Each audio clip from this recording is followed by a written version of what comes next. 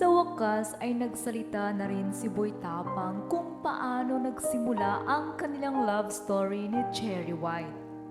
Ngunit bilang sikat at nagva-viral sa social media, ang relasyon ni Cherry at Pacboy ay imposibleng hindi alam ni Boy Tapang ang tungkol noon sa dalawa. Sa unang pagkakataon ay isiniwalat ni Boy Tapang kung paano nagsimula ang landian nilang dalawa ni Cherry. At dito ibinunyag ni Boy Tapang ang mga pinagsasabi sa kanya ni Cherry White na hindi niya alam kung may katotohanan ba o wala. Totoo nga bang pinagsabay ni Cherry si Boy Tapang at Pacboy? Totoo rin kayang nagpautos si Boy Tapang dahil alam niyang matitake advantage niya si Cherry at makukuha ang dapat makuha? Sinagot na ni Boy Tapang ang mga fans ni Pacboy at Cherry White na inagaw niya raw ito sa kapwa vlogger.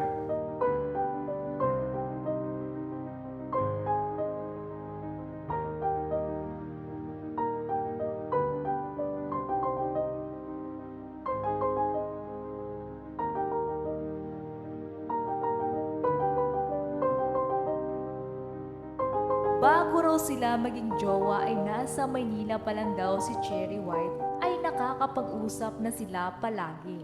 Tinanong niya raw ito kung single ba siya at sinabi naman sa kanya na matagal na siyang walang jowa. Dahil nga lagi na silang nag-uusap, lagi nag-video call at nagkaroon na sila ng feeling sa isa't isa.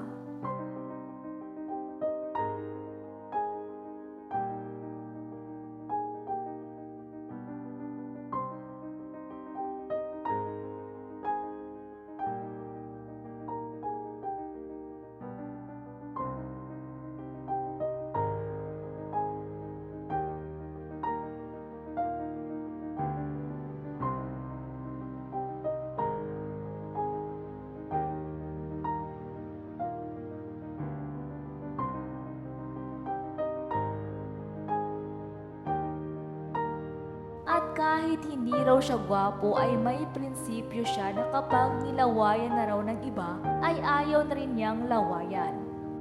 Naiintindihan niya raw ang mga nagsasabing para lang sa content dahil nga nangyari na ito sa kanya noon.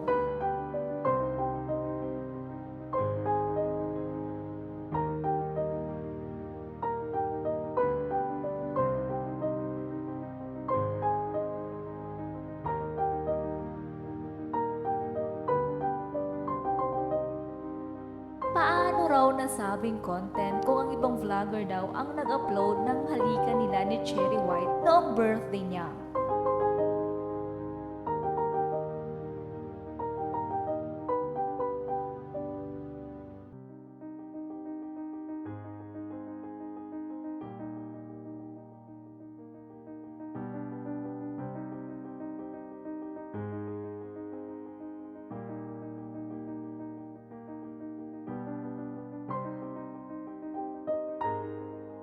Hindi naman sinabi ni Boy Tapang kung kailan sila naging opisyal ni Cherry.